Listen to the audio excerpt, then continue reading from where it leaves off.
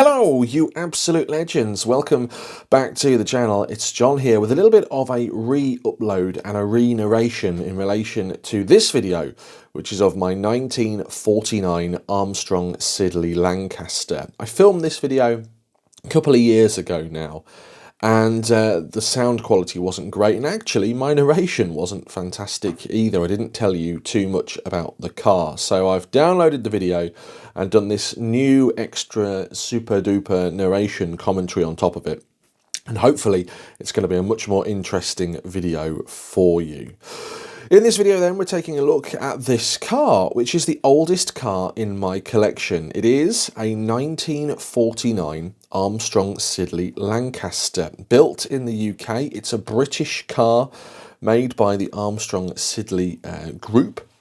And there's the number plate, NPG65. It is the original number plate for the car. It hasn't lost it, thankfully, in all its years. I'm going to give you a brief history about the car first and foremost.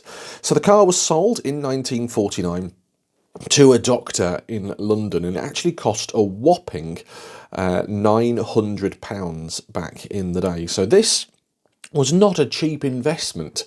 It was more expensive than some houses. Made again by Armstrong Siddeley with coachwork by Mulliners.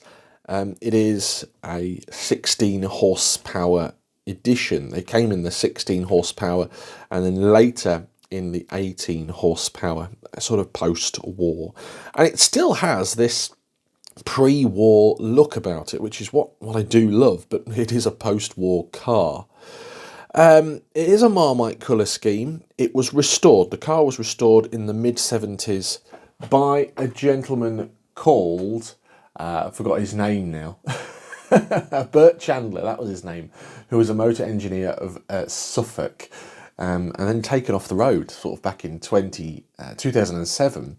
And he died in 2017, and the vehicle was recommissioned and sold by Bridge Classic Cars. And I bought the car in 2021 during the coronavirus pandemic. So produced between 1946 and 1952, the Armstrong Siddeley Lancaster was the first post-war sports saloon to be made by the company. This one has got a 19916 cylinder engine, and it does feature a Wilson 4-speed pre-selector gearbox. We will have a look at that later on in the video. Now, the Synchromesh gearbox was also an option, but this is a 4-door, 6-light body made from steel and aluminium. The frame is wood, and again, it was bought in from Mulliners of Birmingham. Now, there is a opening sunshine roof on the car. We'll have a look at that, but in total, 3,597 Lancasters were made, so not a great production run. Other models at the time available: the Hurricane, the Whitley, the Typhoon. Are you spotting a theme here? They were all named after war machines, after war aeroplanes, and Armstrong Siddeley famous for manufacturing aeroplane engines also. I think the company was bought out in the 60s by Rolls-Royce. So Rolls-Royce obviously saw something in the car and saw something in the company to want to buy the tooling, the technology, etc. So this car originally was supplied in black, as we spoke about, with a brown leather interior. The brown leather interior in the car is a retrim, but it would have been originally that colour. And again, first registered on the 6th of September 1949. I know of around about 6 Armstrong Siddeley Lancasters still on the road in the UK. And we've just taken a look at the Sphinx there, which was the mascot of Armstrong Siddeley, and well, still is the mascot of the Armstrong Siddeley, because their strapline, their tagline was "as silent as the Sphinx." Now, this old girl is not as silent as the Sphinx nowadays, after nearly being on the road for 75 years, but is still a pleasant car to drive. I love the sort of Art Deco styling of the car, and there are a few pings and pops, as I've said, in the car, but it isn't perfect. And that's one thing I do love about it, is I can drive the car, I can take it out and about, I can get it out of the garage, and me and Mrs. John Coupland can go for a little spin. I'm pointing out the trafficators here in the B pillar at this time. So we'll have a look around the car. Let's continue to look round. We've got these big running boards and we've got suicide opening doors. Let's open the passenger side door first to have a look inside the car, and you won't be able to hear this or smell this, but I certainly can smell. And the car has a beautiful, I don't know how to describe it, leatherette vintage smell.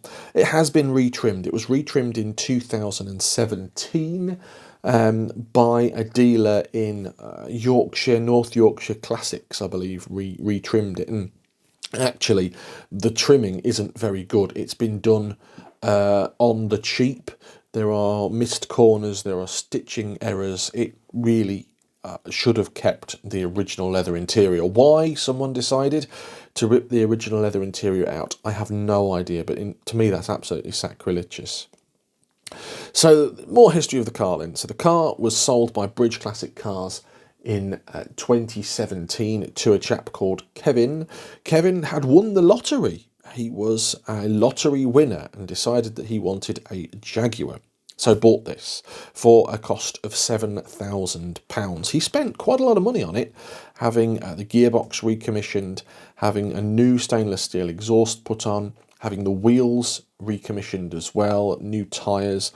So spent quite a bit of money on the car, decided he didn't really love it as much as he would really like a Jaguar. So sold the car to the North Yorkshire auction house, North Yorkshire Classics, and again for £7,000. So he lost a bit of cash on it, but they've then spent some money putting this horrible interior on, and then sold it to a collector called Mike, who was based in Wales. Mike loved it for a couple of years, but found that he couldn't really get it running right. There was always this running issue, and I saw it for sale during, as I say, the COVID-19 pandemic in 2021. It was February 2021. In fact, Mrs. John Coupland spotted it on Car and Classic and came running through and went, "Look, it's an Armstrong Siddeley or Austin Siddeley or Austin Siddeley or something like that," she exclaimed, but she got it wrong. She said, "It's a car you'll like," and I dismissed her a little bit like, "Oh, yeah.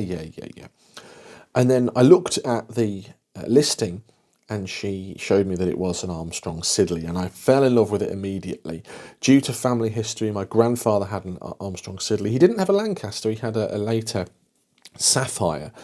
But Mum always used to regale me with stories about her and her brothers and sisters going to the marshes locally here in Lincolnshire and enjoying picnics. So I rang the gentleman, I rang Mike, sight unseen. I gave him £3,000 of my hard-earned cash, then worried had I been scammed, and then the next day it turned up on a trailer in the snow from Wales. Took it to Dad, and well, it wasn't running right. It was misfiring and doing all sorts of stuff. We worked out that the distributor in the car was wrong. Well, it was the right distributor but had the wrong gubbins. It was going the wrong way, and somebody had been tinkering about with it and couldn't get it to run right. No idea who had been tinkering with it, but the car was not running right. Thankfully, we've done lots and lots of work to the car, and it now runs correctly. It's got the correct distributor in, and it really does drive beautifully.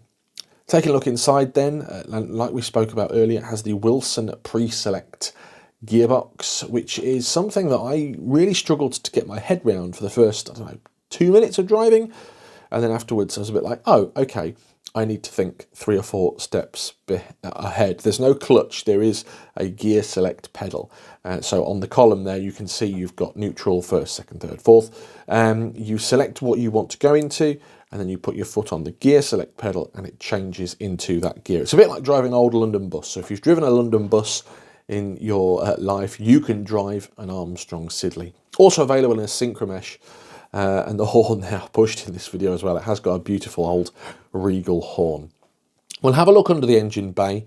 We'll have a look. These mirrors have been fitted aftermarket. They aren't genuine. Well, they are genuine mirrors. They are real things, but they aren't Armstrong Siddeley mirrors, and it wouldn't have left the factory with those mirrors. Things that I have fitted in its life has also been these modern flashing indicators. The trafficators are a bit pernickety, but modern flashing trafficators. It did have a high-level brake light when I bought it as well, but I took that out. Oh, big shout out for a Kia Pride at the back there as well. That's a bonus.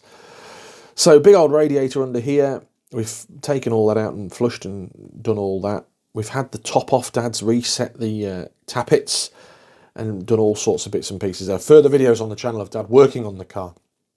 But I wanted to just show you this engine bay. It's a car that I'm going to keep in my collection. It is not perfect, as you've seen in the video. It's something that I enjoy driving, and it comes out maybe 4 or 5 times a year to go to shows, and then we drive it. At the moment, it's difficult to get it out of the garage due to other cars in the collection. However, it's something I do really genuinely enjoy driving. I think I'm going to start it up in a minute, and we'll have a listen to that in a second. What do you reckon? What do you think to the Armstrong Siddeley? It's certainly a machine and a half to pilot. You've got this umbrella style gear handle there and a electronic start though. Electronic start.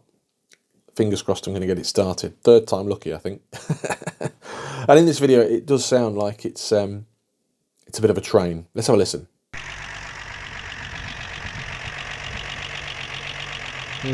Yeah, so this is before Dad did all the work on the car.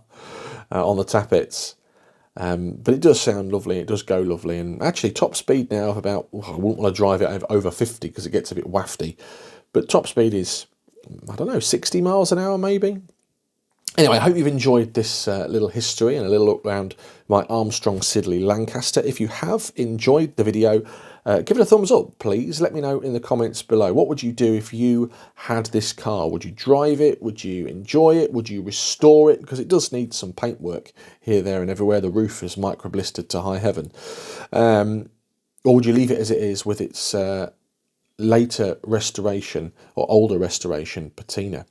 If you haven't already subscribed to the channel, please consider doing so. If you could give the video a thumbs up, that'd be awesome. Let me know in the comments below. As I say, it's always good to chat to like-minded enthusiasts. Have a great day, whatever you're getting up to. Take care. Thanks for watching. Goodbye.